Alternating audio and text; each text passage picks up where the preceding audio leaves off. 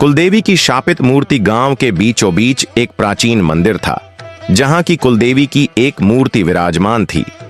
यह मूर्ति न केवल गांव की आस्था का प्रतीक थी, बल्कि गांव वालों के लिए एक सुरक्षा कवच भी थी। कहा जाता था कि देवी की कृपा से गांव में कोई बुरी घटना नहीं घटती थी। लेकिन एक रात जब सब लोग गहरी नींद में थे, एक अनजान समूह ने मंदिर में धावा बोलकर मूर्ति को चोरी कर लिया। गांव में हड़कंप मच गया।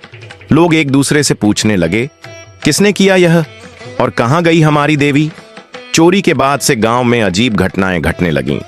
सबसे पहले गांव के कुएं का पानी काला हो गया। फिर अचानक कई मवेशी बीमार पड़ गए। लोग परेशान थे, लेकिन किसी को नहीं पता था कि यह सब मूर्ति की चोरी का परिणाम था।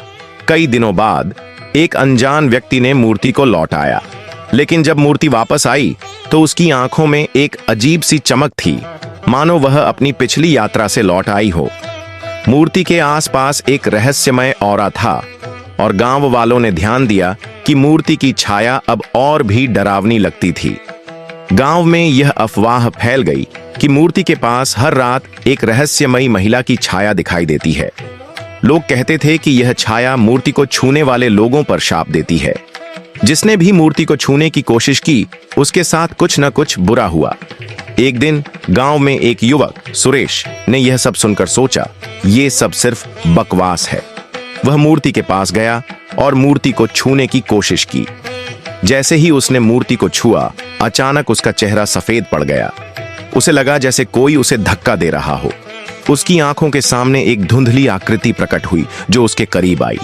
वह रहस्यमयी महिला थी जिसकी छाया मूर्ति के पास दिखाई देती थी। उसकी आंखों में एक गहरी चमक थी और उसने कहा, तुमने देवी को छुआ है, अब तुम मेरी कैद में हो। सुरेश चौंका। नहीं, मैं छोड़ना चाहता हूं। लेकिन उसके शब्द हवा में खो गए। उसकी आवाज दब गई और वह अचानक मंदिर के अंदर की ओर खींचा जाने लगा।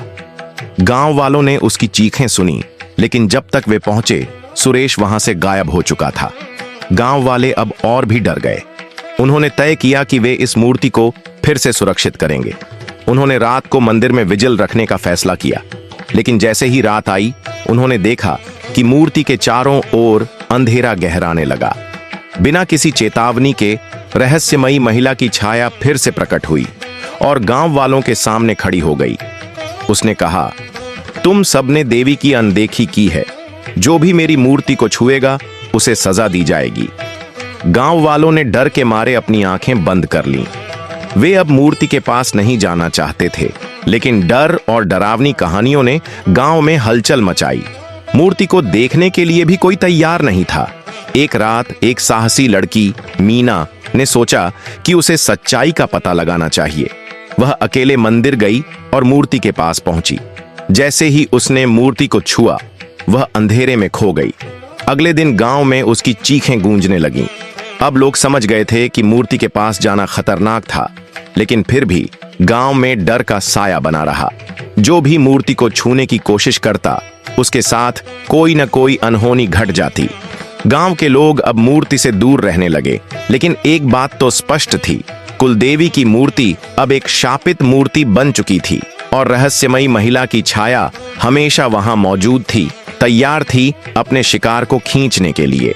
गांव के लोग हर रात यह याद करते थे कि जब तक कुलदेवी की मूर्ति उनके बीच थी, तब तक वे सुरक्षित थे।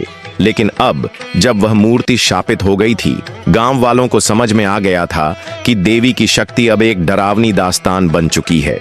इसलिए जब भी आप उस गांव से गुजरें और मंदिर के पास जाएं, तो याद रखें, कुलदेवी की मूर्ति को छूने की हिम्मत न करें, वरना आप भी उस रहस्यमयी महिला की छाया के शिकार बन सकते हैं।